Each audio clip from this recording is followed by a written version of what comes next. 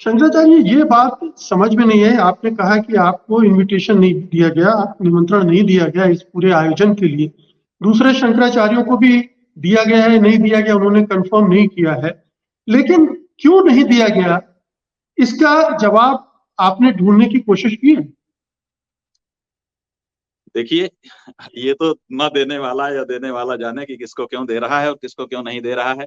हम इसमें ज्यादा तात्पर्य रखते लेकिन नहीं है। आपने सोचा तो होगा, जब इतना बड़ा आयोजन हो रहा है नहीं, हमें और सोचने की सबको जरूरत जोड़ा जा नहीं है। रहा है, तो आपकी उपेक्षा क्यों की जा रही है? हमको सोचने की जरूरत नहीं है, क्योंकि हम जानते हैं कि हम जो खरी खरी बात कह देते हैं उसका ये लोग बुरा मानते हैं और हमको अपना शत्रु समझते हैं। आप पर यह भी आरोप लगाया जाता है यद्यपि कि यद्यपि ये सच्चाई नहीं है, लेकिन ऐसा उनके मन में बैठ गया है, ऐसा हमको लगता है।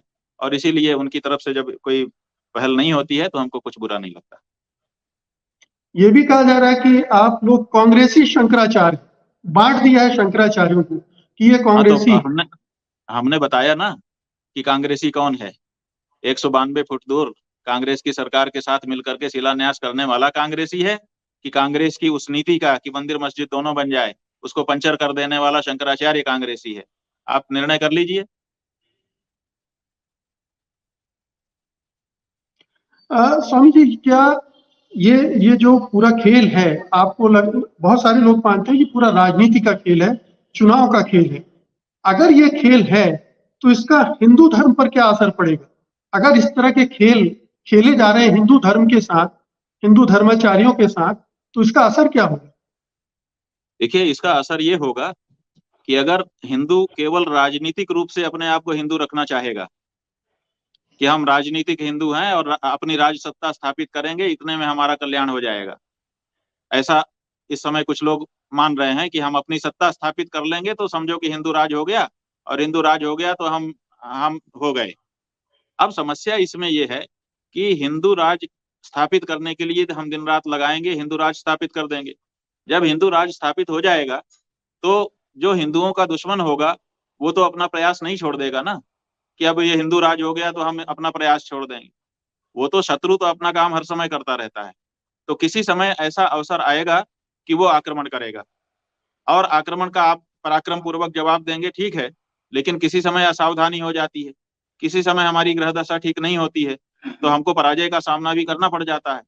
तो अगर हम केवल राजनीतिक रूप से हिंदू रहेंगे तो जैसे ही राजनीतिक पराभव हमारा होगा, हमारा हिंदुत्व समाप्त हो जाएगा। और अगर हम धार्मिक रूप से हिंदू रहेंगे तो हमको कितनों को मारेंगे, और जो बचेंगे वही हिंदू फिर से पनपा देंगे।